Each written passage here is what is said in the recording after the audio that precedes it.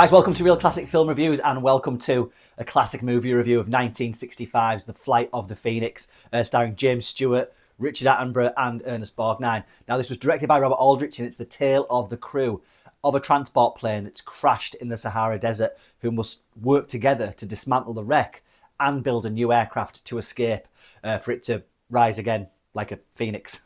See what they did there?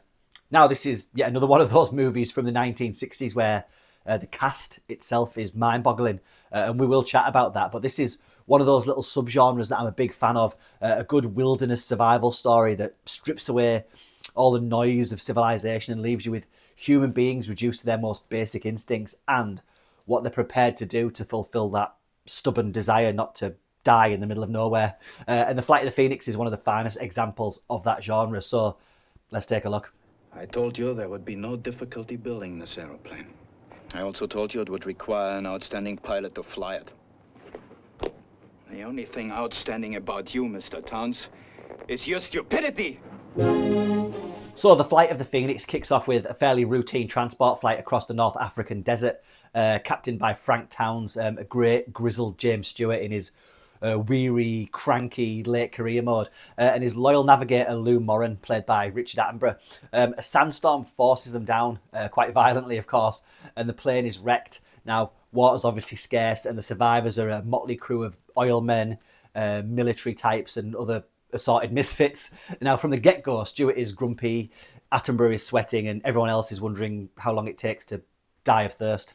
So enter Hardy Krüger as Heinrich Dorfmann, an arrogant, chilly German engineer who coolly announces that instead of waiting for rescue, they should dismantle the wreckage and build a new plane from what's left. Now, this suggestion goes over about as well as you'd expect.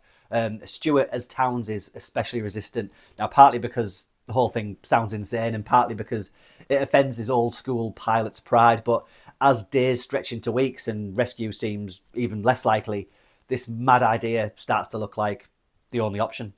Now, what makes The Flight of the Phoenix so gripping isn't the survival mechanics, though they are great, but the clash of personalities here. Stewart and Krüger are locked in an alpha dog standoff. Stewart plays Towns as gruff and stubborn, a man with loads of experience. He's flown, he's crashed, he's survived for years. I'm not going to give you the old veteran flyer routine, Mr. Dorfman. But I just want you to know that I've been flying for quite some time now, and it hasn't always been for crummy outfits like this one. And Dorfman, meanwhile, represents the cold intellectual superiority. He's German, so a bit of racial stereotyping certainly afoot here. And he calculates everything, dismisses feelings as irrelevant, and has little patience for the ways of people who aren't as smart as he is. And it's a great little conflict. It's the old world versus the new. Watching them needle at each other in the heat is almost as tense as waiting to see whether that plane will actually fly. And of course, around them orbit the rest of this great ensemble cast. Ernest Borgnine as a mentally unstable survivor on the edge of breakdown. Ian Bannon's here as a sarcastic troublemaker. Ronald Fraser as the ineffectual British Army officer with the stiff upper lip. And Peter Finch as the commanding officer who actually seems less commanding by the hour. Each represents a different way of coping with the ordeal, and one by one, they'll lose their shit in the desert sun. Now I have to pause for a second to mention James Stewart here, because this is not the gee whiz or shucks Stewart that may spring to mind. You see, by the mid-60s, he'd entered that grumpy old man phase of his career, and it's glorious. He's short-tempered here and not particularly likeable. It's certainly not the Stewart of Mr. Smith Goes to Washington. In this part of his career, Stewart did weariness and frustration and barely concealed terror better than anyone. Is it clear now? No, it isn't. But maybe I'm an idiot. Maybe you'll have to explain it to me. If you think being some kind of a boy wonder entitles you to other people's water, you've got another think. Now, I think everyone's great here, but special mention to German actor Hardy Krüger. You see, this was Hollywood in the 60s, where casting Germans as either cartoon villains or war criminals was quite common.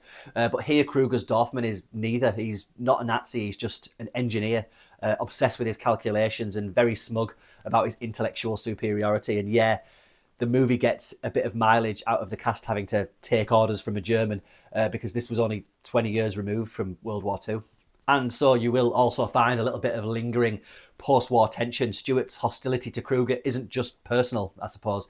The film doesn't hammer it too hard, but you do feel those undertones. Now, Robert Aldrich was not a subtle filmmaker. See Kiss Me Deadly, 10 Seconds to Hell, and of course The Dirty Dozen. He was definitely a fan of extreme situations, and here, like those movies I just mentioned, he keeps everything quite tense and raw. Now, forgive me because I'm going to do that cliched thing here where I say that the desert itself becomes a character. It does.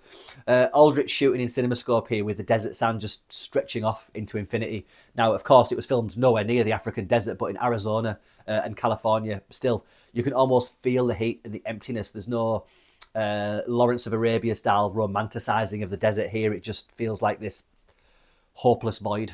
So I think at its core, The Flight of the Phoenix is about the battle between despair and ingenuity.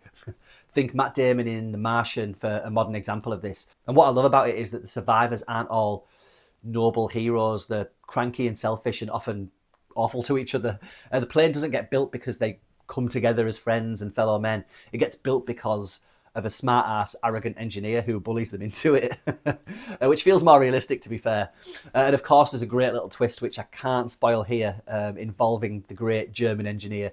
A funny and tragic reveal that showcases Aldrich's dark sense of humour. Now, I'm not too sure if The Flight of the Phoenix invented the self-help rescue genre.